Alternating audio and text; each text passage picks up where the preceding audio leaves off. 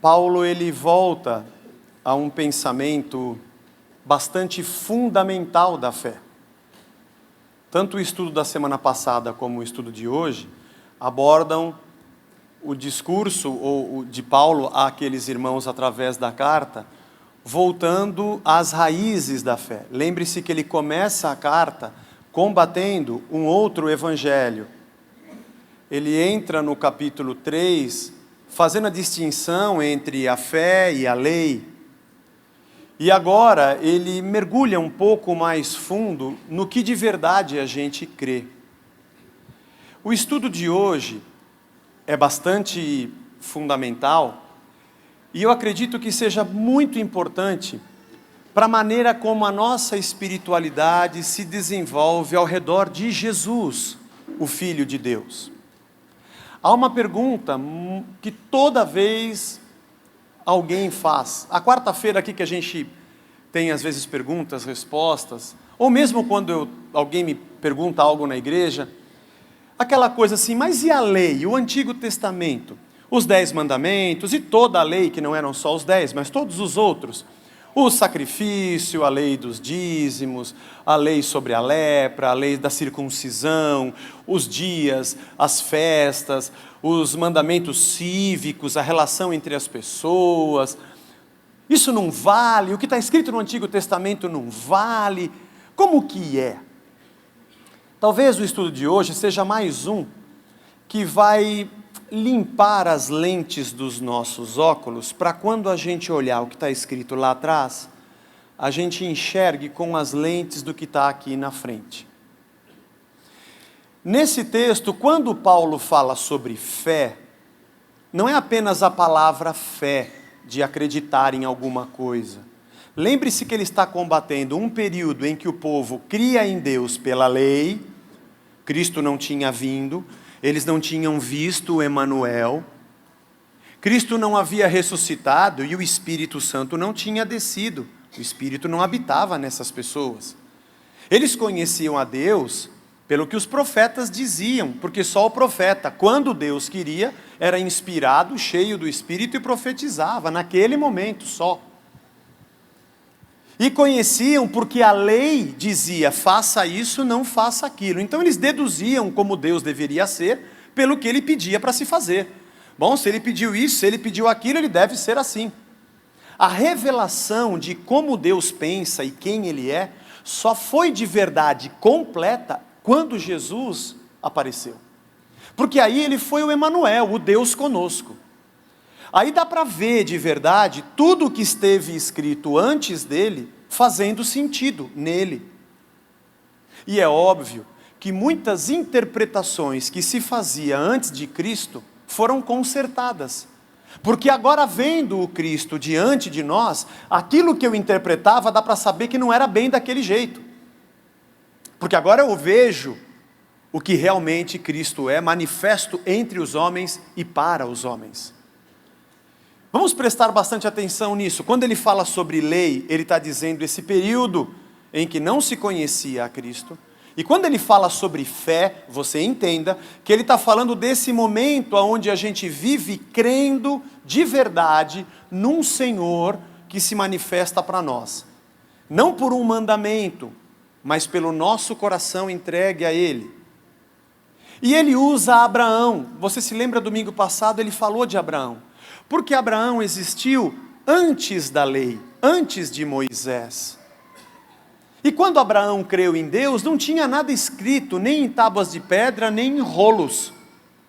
Mas ele acreditava e se rendia a esse Deus. Ele compara esse tempo de Abraão, antes da lei, com o tempo de Jesus, depois da lei. Dizendo que nesses dois momentos, o homem cria sem ter nada escrito. Ou sem esta lei que a conhecemos desta forma. E ele vai dizer aqui que a existência da lei não invalida o momento da graça pela fé. O momento da graça pela fé não joga fora a lei, mas a maneira como eu olho para ela a partir da graça é diferente. Vamos prestar atenção. Gálatas 3,15. Nós vamos até o 29, mas eu vou parar no meio. Irmãos, falo como homem, diz Paulo, ainda que uma aliança seja meramente humana, uma vez ratificada ninguém a revoga, ou lhe acrescenta alguma coisa. Se alguém fez um acordo, ele está dizendo, ninguém pode mudar, está acordado, foi feita uma aliança, ninguém revoga. Ora, o que ele quer dizer? As promessas que foram feitas a Abraão e ao seu descendente, não diz e aos descendentes, como se falando de muitos, porém de um só, e ao teu descendente, que é Cristo. Opa! O que Deus disse a Abraão, que nele seriam benditas todas as famílias da terra, não eram só os judeus, eram todos.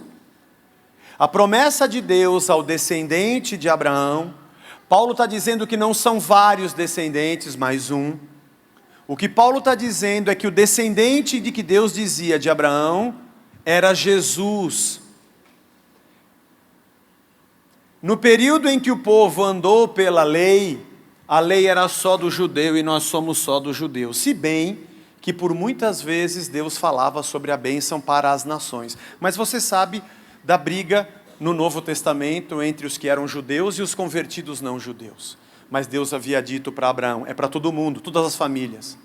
A descendência, ou o descendente de Abraão, na verdade, lá na frente, ele estava falando de Jesus, porque aqui se cumpre a promessa de Abraão, de que todas as famílias seriam abençoadas na terra. Vai ter um dia, Abraão, que vai ter um descendente dessa linhagem, que vai trazer todas as famílias para Deus, não importando de que povo seja, não importa de que lugar ele é, e esse descendente é Cristo, que veio ao mundo, ilumina todo homem, e todo aquele que nele crê, não importando de onde vem, tem vida eterna, não importando de qual nação.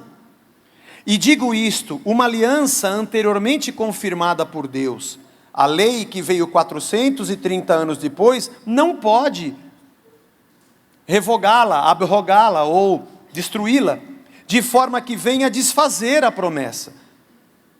Não dá para você pegar a lei, ele está dizendo, e invalidar com ela o que Deus disse a Abraão, é o mesmo Deus. Não dá para ser sectarista, não dá para achar que é só para vocês. A lei não veio para acabar com o que Deus disse a Abraão, continua a mesma coisa, ele está dizendo. Porque se a herança provém de lei, então ela não é a promessa de Deus, mas foi pela promessa de Deus que ele concedeu gratuitamente a Abraão. Qual, pois, a razão de ser da lei? Então, para que serve a lei? Ela foi adicionada por causa das transgressões, até que viesse o descendente, a quem se fez a promessa, e foi promulgada por meio de anjos, pela mão de um mediador.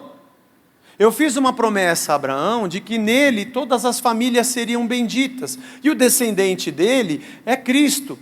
Mas por causa da transgressão e desse povo que andaria longe de Deus, então houve um período em que a lei mantinha esse povo, você não está vendo, mas aqui tem uma linha, mantinha esse povo na linha.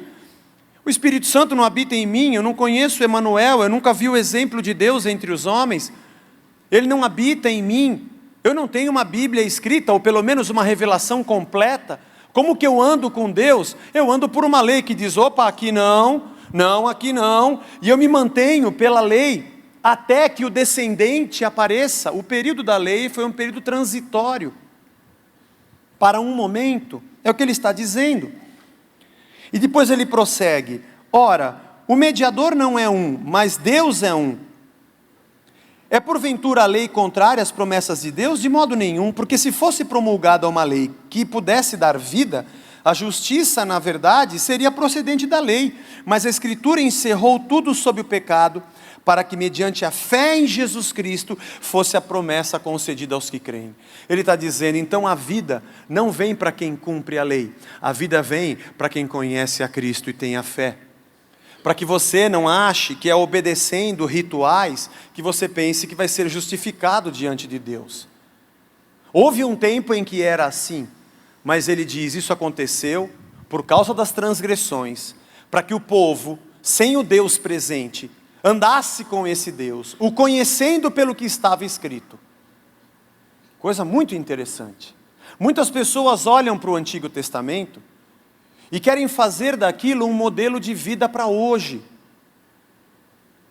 Quando eu faço isso, eu estou destruindo a história e uma linha lógica de Deus, que diz lá a Abraão: todas as famílias vão ser benditas, eu vou ser o Deus de todos. Dá uma lei a Moisés, que veio um pouco depois de Abraão, ou alguns séculos depois de Abraão, uma lei, e esse povo que não tinha o Emanuel, nem o Espírito Santo, a revelação completa de Deus, ou pelo menos como foi Cristo, se mantém conhecendo a Deus pela lei e se mantém no caminho de Deus. Não havia o Cordeiro de Deus que tira o pecado do mundo, então ofereça um sacrifício, é um símbolo. Você não é o templo onde Deus habita, então façamos um templo, é um símbolo. Você hoje é a casa de Deus, não éramos, então a casa de Deus existia. Aonde Deus está é o seu reino, Ele é o rei, mas enquanto Cristo não vem, o reino é Israel. Quando Cristo chegar, o reino não é mais desse mundo, o reino é a eternidade, mas enquanto vocês estão aqui na lei, vocês vão se manter nesse reino, e nesse reino aqui tem a minha lei. Ele diz em Jeremias, no capítulo 30, vai chegar um dia, o profeta dizia, em que a lei não vai estar mais escrita em tábuas de pedra, ela vai estar escrita no coração de vocês. Na mente lhes imprimirei as minhas leis, na alma deles vai ter a minha presença. Ninguém vai servir ao Senhor porque alguém disse: você tem que obedecer, mas todos vão me conhecer, porque eu estarei entre eles, eu estarei dentro deles, dizia o profeta. E ele segue, mas antes que viesse esse período da fé em Cristo, estávamos sob a tutela da lei. Eu não vou me deparar muito nisso, porque o capítulo 4 a gente vai entrar bastante sobre o tutor, mas alguém me ajudava a criar você enquanto você era pequeno, é um tutor, estava sob a tutela da lei. Nela estávamos presos, encerrados, para essa fé que de futuro haveria de revelar-se. De maneira que a lei nos serviu de aio, a palavra aio significa guia. A lei era um guia para nos conduzir a Cristo, a fim de que fôssemos justificados por fé, mas tendo vindo a fé, já não permanecemos subordinados ao guia, ao aio, à lei. Não estamos mais debaixo da lei. Pois todos vós sois filhos de Deus mediante a fé em Cristo Jesus. Porque todos quantos fostes batizados em Cristo, de Cristo vos revestistes. Dissarte, por isso não pode haver judeu, nem grego, nem escravo, nem liberto, nem homem, nem mulher, porque todos vós sois um em Cristo Jesus. E se sois de Cristo, também sois descendentes de Abraão, e herdeiros de Deus segundo a promessa. O que Paulo está dizendo àqueles irmãos, e a guerra que ele tinha na Galácia, era de gente que via pessoas convertidas, judeus que se converteram ao cristianismo, viam gregos se convertendo ao cristianismo, que não eram judeus, e pegando esses caras e trazendo eles de volta para a lei, para que se circuncidassem, guardassem o sábado. E Paulo está dizendo: pera, vocês que são judeus, não podem viver dessa forma, porque esse tempo passou. O sacrifício agora é Cristo, o templo agora somos nós, o reino agora está no céu. O rei agora não é mais o Davi, o Salomão, o Josias, agora o rei dos reis é o Senhor Jesus. E o nosso reino não é mais desse mundo. A gente não ajunta mais tesouros na terra, a gente ajunta no céu. Louco, essa noite vão pedir a tua alma, o que você está fazendo? Está juntando para quê? Houve um tempo em que isso foi necessário. Entre a promessa de Deus a Abraão e o descendente Cristo que a cumpriria, houve um hiato, em que o povo precisava andar com Deus, e veio a lei, rituais, cerimônias, simbolismos. Você olha para dentro do templo, tinha o pão da proposição, que ficava exposto por uma semana e ninguém poderia tocá-lo. Ora, o pão vivo que desceu dos céus é Jesus Cristo, era um símbolo. Haviam os candelabros com as luzes que não poderiam se apagar, elas deveriam ficar acesas, e os sacerdotes as trocavam para que não se apagassem. Ora, Cristo é a luz que vindo ao mundo ilumina todo homem, não é mais uma vela, agora é Cristo, aquilo era um símbolo. Havia uma arca da aliança, e ela representava Deus no meio do povo. Ela ficava no lugar mais santo, o lugar santíssimo do templo. Ora, o templo agora somos nós, o lugar santo, nossa alma, nossa mente, nosso coração, o centro da nossa vida, agora é ocupado por Deus. Dentro da arca tinha a vara de Arão, o cajado que floresceu, símbolo de autoridade. Eu sei, mas a autoridade não é mais a arca, a autoridade agora é a do Espírito na sua vida. Tinham as tábuas da lei guardadas na arca, que eram o símbolo de que Deus cuidava do seu povo, mas agora a lei está escrita no nosso coração. E tinha um exemplar, um pedaço do maná que caía no deserto ali dentro. Esse não apodreceu, ficava lá. Mas era o símbolo do pão vivo. Toda a simbologia do Antigo Testamento apontava para Jesus. Você lembra quando Jesus morreu em Jerusalém? Que 2 discípulos, a caminho de Emaús, estavam tristes andando. Jesus morreu e Jesus ressuscitou e apareceu para os dois. Eles não sabiam que era Jesus. Lembra dessa história?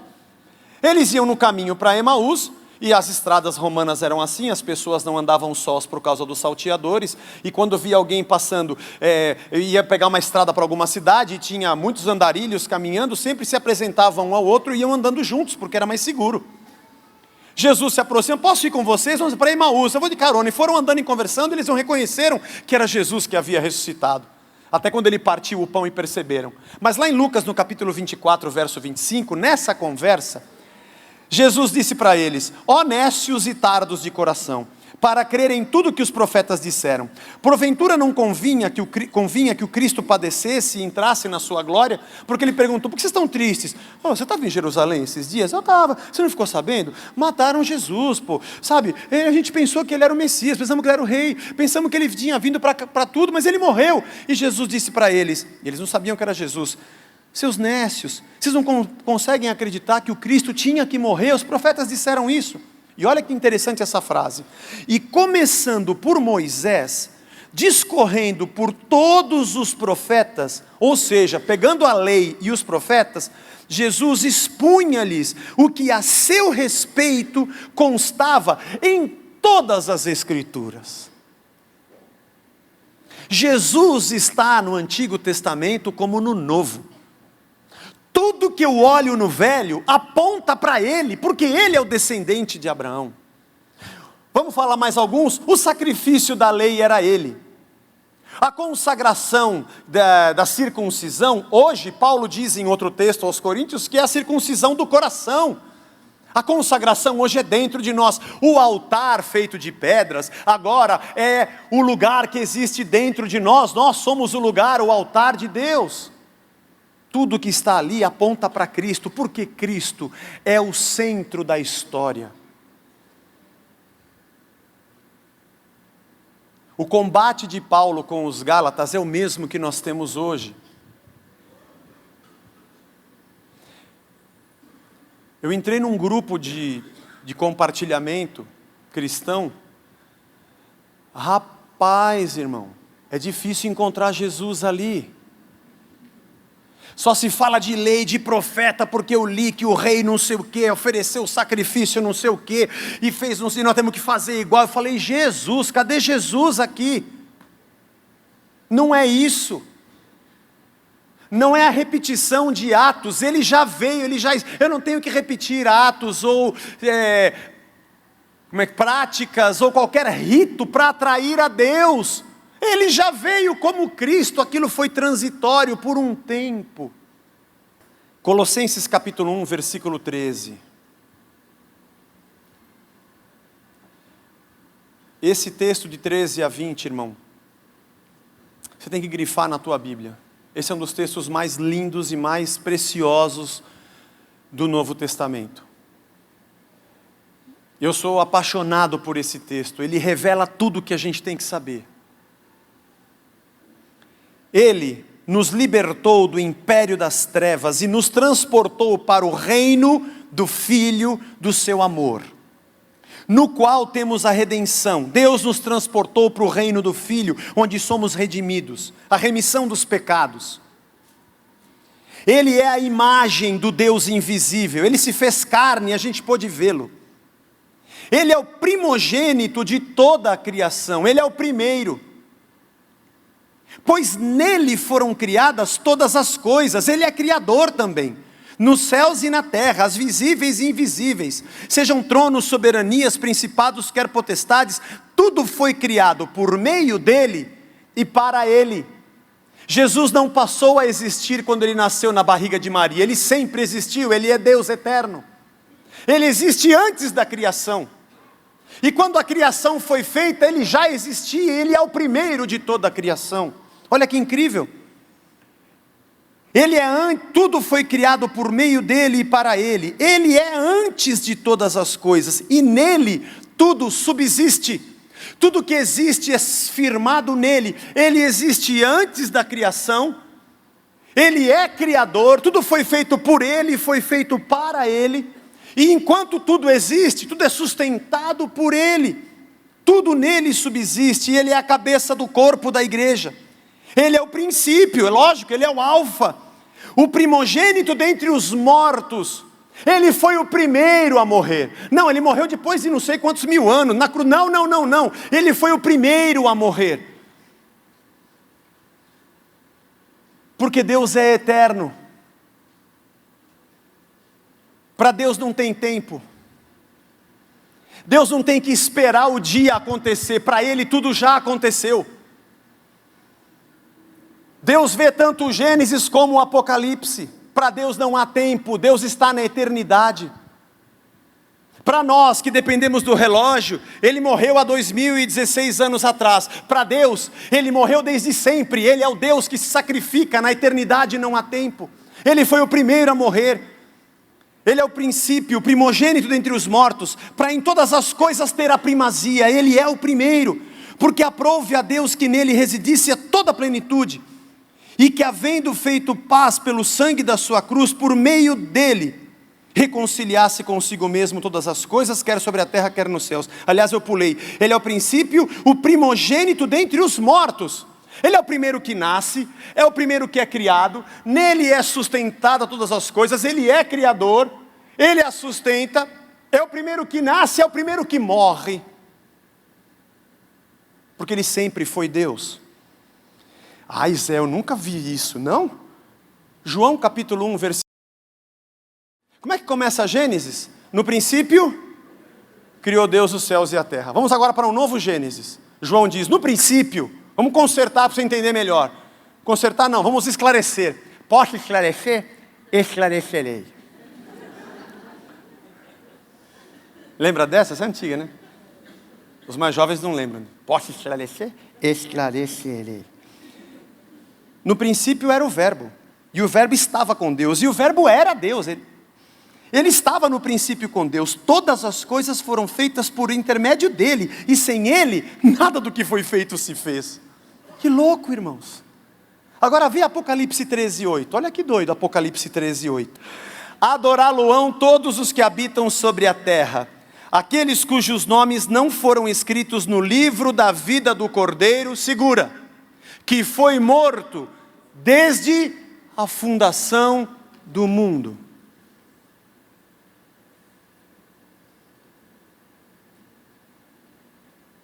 Ele é o começo, ele é o alfa, ele é o fim, ele é o ômega, ele é o sustentador, tudo está nele. Ele cria, nasce e morre, sustenta o seu povo e voltará para buscá-lo. Ele é eternamente Deus. Ele é o Senhor Criador. Antes de existir lei e antes de existir Abraão, já existia Cristo. Já existia o Cordeiro. Antes de haver tempo, na eternidade, Ele já sabia que criaria o homem pecaria e Ele se entregaria pelo homem. Ele é morto desde a fundação do mundo, porque Ele só poderia criar o homem se morresse por Ele, porque o homem pecaria. E pecar significa morrer, porque o pecar é se distanciar de Deus, e Deus é a vida. Então como é que a gente está vivo, Zé? Se o homem está cheio de pecado, como é que as pessoas estão vivas? Porque ele morreu desde a fundação do mundo. Quem está vivo por causa do sacrifício. Está vivo porque ele morreu a nossa morte. Respiramos porque antes de nascermos e pecarmos, Ele já havia morrido no nosso lugar. Essa morte cósmica, essa morte eterna, mantém o homem de pé e o homem continua vivo, mas morto no seu pecado. Respira, mas está distante de Deus. A não ser que compreenda que toda a vida tem um único ponto de sustentação e é Cristo. Ele não é um elemento da história, Ele é dono da história. Não é um personagem místico, Ele é criador de tudo que há. Não é uma saída religiosa ou mais uma opção religiosa. Ele é o Deus, o Senhor, sobre todas as coisas. Criando tudo, morrendo pelo que cria. Sustentando na sua morte quem não crê. E voltando para resgatar os que são seus. Ele é o centro das Escrituras. Ele é o centro de tudo que a gente crê. Quando você fala Senhor, na tua mente tem que estar completa a ideia de um Deus trino, Trindade. Ele é Pai, Ele é Filho, Ele é Espírito. E Jesus é a revelação de Deus para nós. Quando você fala Senhor, vou dizer uma coisa aqui que, cuidado para você não falar Senhor pensando no Deus do Antigo Testamento. Cuidado. Aquele que se oferecia um sacrifício para se relacionar. Não. Isso foi um momento transitório. Agora você sabe que o Senhor não é só um, Ele é três. O Espírito que habita em nós, o Filho que morreu por mim e o Pai que está na eternidade. Que na verdade todos estão. Mas essa maneira de entender é para que nós não percamos a perspectiva de que Cristo é Deus conosco. Porque se não há Cristo, não há cristianismo. Agora quando você lê o Antigo Testamento, pode ler, viu, irmão, não é pecado. Mas você vai ler com esses óculos, com essas lentes. Se você tirar essa lente, que faz enxergar o propósito de Deus de Abraão para Cristo, você vai ficar só no meio. E você vai estar aqui no meio, levantando espada, dando volta em muralha, repetindo ritos, oferecendo sacrifícios, seja em dinheiro, seja em tempo, fazendo consagrações. Engraçado é que esses caras não fazem circuncisão. Deveriam. Eu queria ver. Não. Poupe-me dos detalhes. Queria só ter a notícia. Porque é uma pedra lascada, né? Tá afiado esse negócio? 3 pancadas, umas 4 sai. Já pensou? Ai. Ainda bem que era com 8 dias, porque você não lembra, né? Se chorei, já passou. Mas hoje em dia, nós que somos cristãos, e tanta gente prega a lei, então volta a oferecer sacrifício. Se a lei é o que vale, então na igreja tem que matar um cordeiro. Aliás, se você vai viver na lei, é olho por olho, dente por dente, não tem misericórdia. Você prejudicou alguém, você paga na mesma moeda. É o que está lá. E vai guardar o sábado. E vai ter que não pode fazer nada. Você vai respeitar uma pessoa que crê dessa forma. A religião judaica e a fé judaica prosseguem, está tudo certo. Estou dizendo para nós que somos cristãos, não há razão para voltarmos a isso, é o que Paulo está combatendo. Dizendo o centro da existência é Cristo, nós vivemos por Ele, nós andamos nele, Ele é tudo o que precisamos, Ele é o Senhor de tudo. Nossa vida tem que estar firmada sobre a rocha, é o nome da nossa igreja por acaso, porque a rocha é Cristo, é nele que estamos fundamentados. Você precisa conhecer o ensino de Cristo, a vida de Cristo. Eu sempre brinco, compra aquela Bíblia que tem as frases de Jesus em vermelho. E leia todas, coma, devore, decore. Tudo que Ele fez, tudo que Ele ensinou. Porque não há revelação mais clara e evidente de como Deus é do que Jesus. Porque Ele é a imagem do Deus invisível. Ele é o Emanuel, Ele é Deus no meio da gente. Eu não preciso voltar à profecia de um profeta ou à vida de um rei para tentar deduzir como é Cristo. Isso fazia parte de um tempo quando Cristo não existia. Hoje, eu vejo a Jesus, Hebreus capítulo 1, versículo 1. Tendo Deus outrora falado de muitas formas, de muitas maneiras aos nossos pais antepassados pelos profetas, hoje Ele nos fala em Jesus, herdeiro, criador de todas as coisas. Agora eu sei como é. E agora, quando eu olho para o Antigo Testamento, tem uma lente, a lente da cruz, a lente do Evangelho. Quando eu olho para aquelas coisas, eu olho através de Cristo, eu olho através da graça, eu leio o que aconteceu, já sabendo aonde era o fim. É você assistir um filme e a pessoa pensar assim, vai morrer. Você já viu o filme? Você na pipoca, não, vai morrer. Você curte a pipoca, ela não. Você não consegue viver aquela ansiedade porque você já viu o fim. Não é verdade? Oh, é tão lindo esse casal. Ele vai morrer, mas não vou falar. Quando você conhece o fim, aliás, quando você assiste a segunda vez, você fala, por isso que ele falou isso aqui para ela, porque aí, assim que ele descobriu, agora vendo a segunda vez, agora que eu vejo a segunda vez, agora eu entendi esse começo que aparecia essa cena, é a cena de onde ele voltou, tá. Você não é um cego perdido. Você conhece o fim. Quando você conhece o fim e a cruz, tudo que você... tá. Agora eu entendo porque aconteceu aquilo. Agora eu entendo a simbologia. Quando Cristo disse aos dois no caminho de Emaús, tudo que estava escrito a respeito dele, na lei e nos profetas. E esses discípulos tiveram os olhos abertos quando ele partiu o pão. Eles passaram a olhar para trás, agora eu entendo. Cada rei daqueles era um símbolo de Cristo? Sim. E aquele reino que Deus falava era símbolo do... Sim, símbolo do reino. E tudo que está escrito, a palavra, o verbo é Ele. Aê, sacou!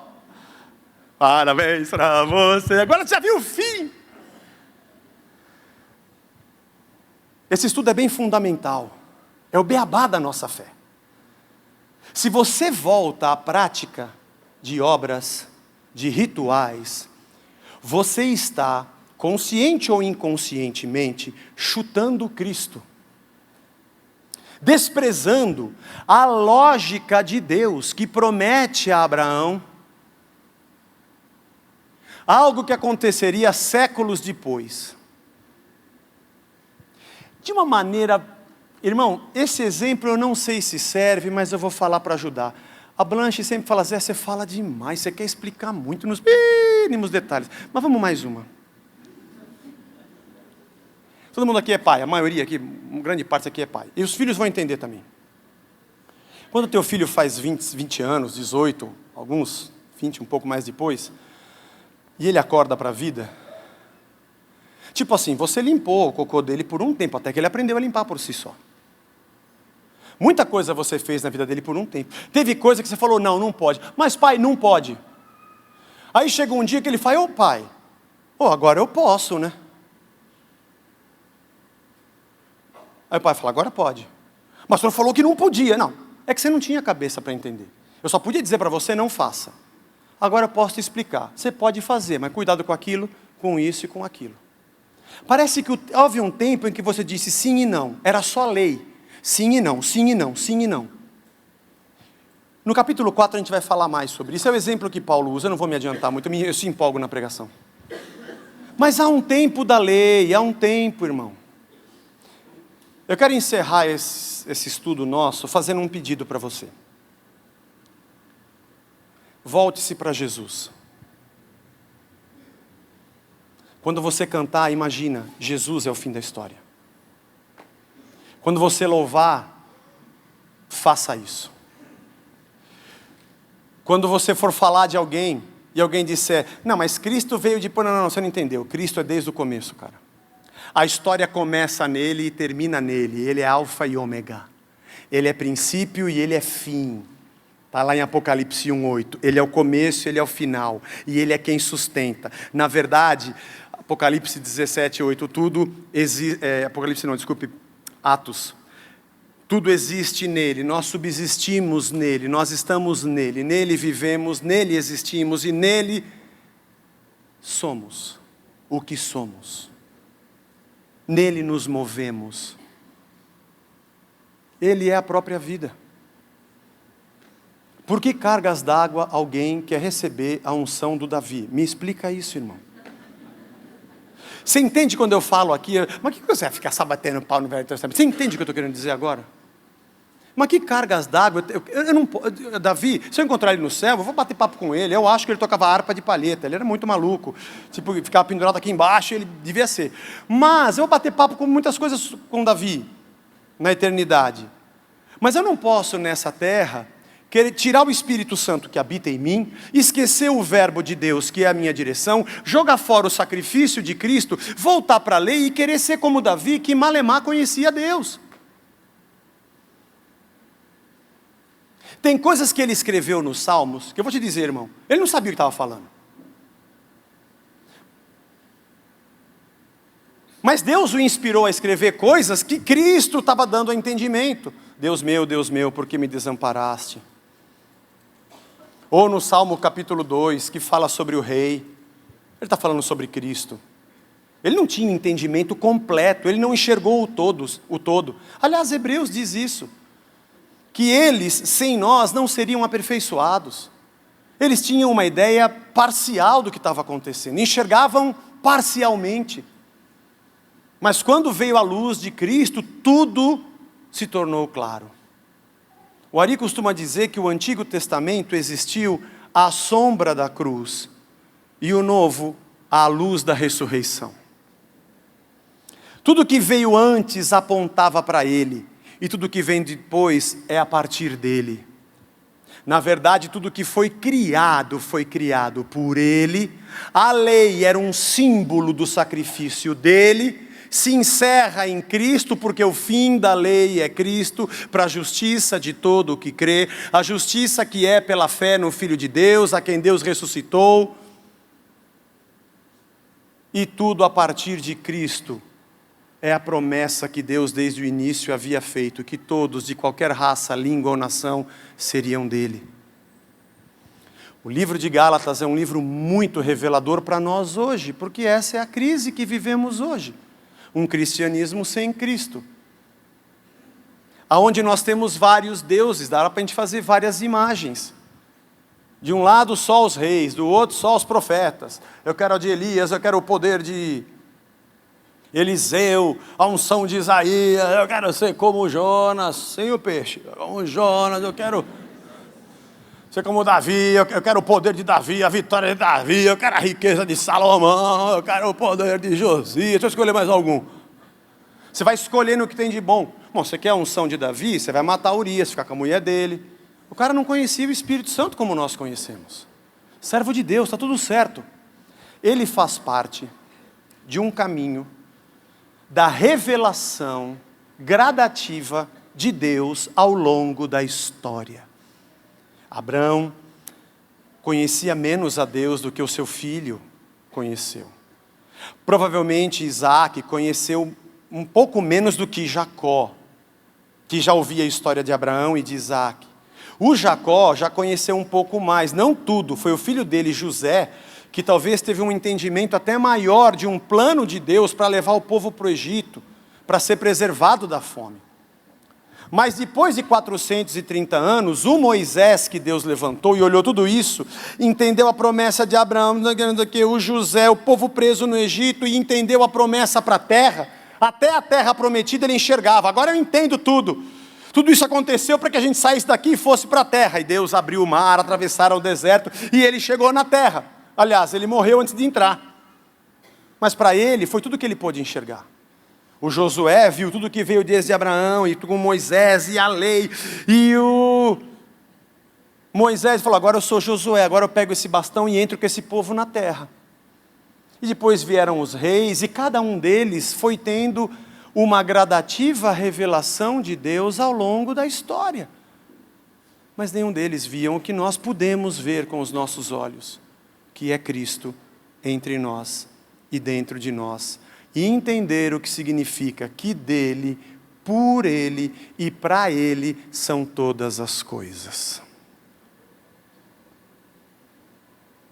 Nós somos cristãos porque cremos em Cristo. E quando você ouve alguém dizendo, eu creio na Bíblia como um todo, então você tem que enxergar dessa forma.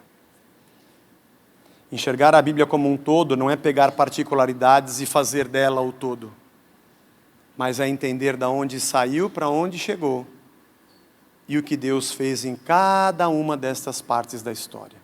E Paulo diz que, havendo feito paz pelo seu sangue, reconciliou.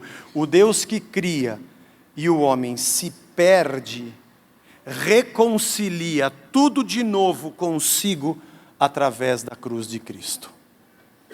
O Deus que cria e vê a criação se degenerando pelo pecado, paga pelo pecado e traz tudo de volta para si. Em Efésios capítulo 1, ele diz que Deus, na plenitude dos tempos, fez convergir em Cristo todas as coisas no céu e na terra, e deu a Ele para que fosse Senhor. E quando Ele ressuscita, tudo que é resgatado, todo homem resgatado se torna agora o seu corpo, e Ele se torna o cabeça, e coloca tudo debaixo dos seus pés. E é aquele que é glorificado pelo Pai, pelo sacrifício, e glorifica o Pai pelo fruto do que conquistou. E a porção do Espírito em nós nos revela Cristo, nos revela Deus e nos faz andar com Ele. Gasta mais tempo, irmão, com os 4 evangelhos. Gasta mais tempo mergulhando nas coisas de Jesus. Ele é a manifestação de Deus aos homens.